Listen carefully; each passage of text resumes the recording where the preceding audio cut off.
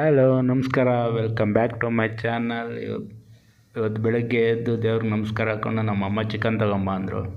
ಹೋಗಿ ಶಿವ ಹತ್ರ ಚಿಕನ್ ತಗೊಂಬಂದೆ. ಮತ್ತು ರೆಡಿಯಾಗಿ ಊರಿಗೆ ಹೋಗಿದ್ದಿದ್ರೆ ಹೊರಗಡೆ ಹೋಗಿ ಅಲ್ಲಿ ಹುಡುಗರು ಪ್ರಿಪೇರ್ ಆಡ್ತಿದ್ರು. ಅಲ್ಲೊಂದು ಲುಕ್ ಹಾಕಿದೆ.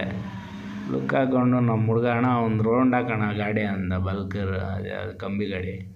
ಸರಿ ಅಂತೇಳಿ ಅದು ಒಂದು ನೋಡಬಿಡೋಣ ಅಂತ ಒಂದು ರೌಂಡ್ ಹಾಕಿದೆ. ಪರವಾಗಿಲ್ಲ, ಲಿಟ್ರಲ್ಲಿ ಸ್ವಲ್ಪ ಚೆನ್ನಾಗಿ ಓಡಿಸಿದೆ. ಅಲ್ಲಿಂದ ಸಾದ್ಲಿ ನಮ್ಮೂರಿಗೆ ಹೋದರೆ ಕೆಲವರು ಇವ್ರನ್ನೆಲ್ಲ ಮಾತಾಡಿಸಿದ್ರೆ ನಮ್ಮ ಬೆಂಗಳೂರು ರಿಟರ್ನ್ ಆಗೋದಿಲ್ಲ.